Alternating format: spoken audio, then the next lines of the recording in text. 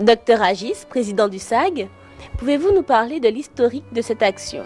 En fait, dès l'implantation du mouvement adventiste dans les années 1910 en Guadeloupe, l'action de bienfaisance a toujours occupé une place privilégiée dans l'évangélisation en Guadeloupe. Ça a commencé avec l'organisation de la société de bienfaisance, avec dans les églises existantes le groupe de Dorcas.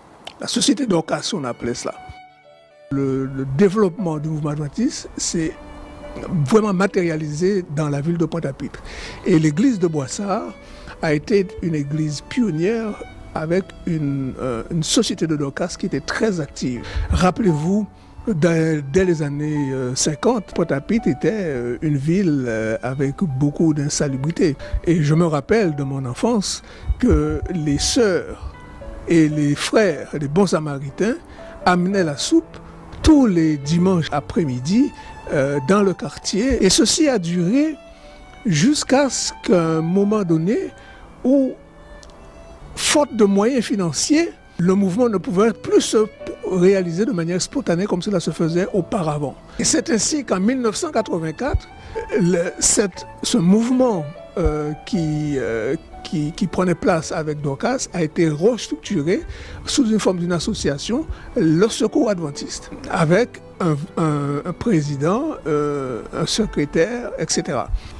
Claudie Gob, responsable de secteur, comment cette action a-t-elle été mise en œuvre? Cette action a été mise en œuvre après avoir quitté le ministère du ghetto. Et à partir du moment que nous avons remarqué qu'il y avait déjà une action qui se faisait à Chemin Neuf, ce qui veut dire le bon samaritain. Et la maison était vide, alors nous avons fait une proposition au président. Il nous a dit, il n'y a pas de problème, nous pouvons mener des actions de proximité dans le quartier de Chemin Neuf. Et cela nous a plu, le fait qu'il y a un besoin, des gens qui consomment de la drogue, les gens qui fument, les gens qui sont dans le besoin, les troisième âge. Alors nous dit, bon, nous avons force dans le local là, et depuis ça, c'est mon content, nous avons porté force là-bas. Et nous-mêmes, nous avons dit comme quoi qu'il n'y a plus bonheur qu'à qui a recevoir. Que leur proposez-vous? Nous avons fait un diagnostic en ce qui concerne le lieu déjà. Nous savons qu'il y a des prostituées, nous savons qu'il y a des gens qui sont vraiment dans le besoin. Alors nous avons en premier temps organisé un moment de louange. Les gens sont venus écouter et après avoir écouté, nous avons dit que nous allons pouvoir mettre sous pied un moment de partager ce que nous avons, la nourriture avec les gens. Et à partir de ce moment, nous avons senti que les gens se sont sentis à l'aise et nous dit nous avons arrêté, nous avons continué mes actions là, ça, parce que ça répond à un véritable besoin.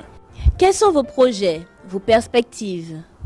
Alors, les projets de Chemin Neuf, nous pensons déjà étendre notre activité. Nous travaillons avec une association Jarico, des jeunes qui sont de prison, les jeunes qui sont vraiment dans l'agonie sociale, qui n'ont pas de repères.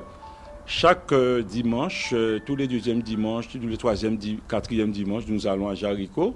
Nous travaillons aussi avec les autres associations. Par exemple, nous avons l'association Saint-Vincent-de-Paul. Avec la chorale de rue, nous pensons organiser un concert dans la rue. Evangelica, qui est un groupe que vous connaissez très bien, nous allons dans la rue aussi pour porter une force. Dernièrement, nous étions à la rue Frébeau. Nous pensons nous étendre parce qu'il y a vraiment un besoin aussi spirituel. Et malheureusement, nous croyons que les gens qui ne peuvent pas venir, nous allons vers eux. Mais nous croyons que ce que nous faisons est bien. Le 8 avril, nous pensons organiser un concert de solidarité. Thème à concert là, Force pour la Rila. Alors nous qui parlons depuis le samedi matin de 4 thématiques, c'est-à-dire comme quoi, côté émotionnel à la Rila, côté social à la Rila, côté spirituel à la Rila et côté relationnel à la Rila. Une grande révolution faite en la Rila et c'est pour ça que nous connaître un grand nombre, un grand monde qui font l'obitin pour nous, nous dit aussi, ni grand maître là qui veut nous dire comme quoi, nous ne pouvons pas garder ça pour nous. Nous quand sortir en l'église là pour porter force là-bas, pas d'avant nous savons comme quoi qu'il n'y a pas tout dit faire les bien, c'est pour ça qu'on a nous dit qu'on est là, force, que bon Dieu bénisse et que nous allons continuer à faire travail là ça. Merci. Comment pouvez-vous agir? N'hésitez pas, du 23 au 30 avril prochain, à solliciter vos parents, amis, voisins, collègues et autres afin de soutenir l'action du SAG. En outre, le SAG étant reconnu d'intérêt général, un reçu fiscal vous sera délivré pour votre déclaration des revenus. Cette année, l'objectif à atteindre est la somme de 65 000 € pour la réalisation de 2 actions importantes. Organisation d'une antenne du Secours Adventiste Archipel Guadeloupe dans le secteur sud-ouest Basse-Terre et renforcement du projet de ferme thérapeutique en faveur des toxicomanes sevrés. D'avance, nous vous disons merci.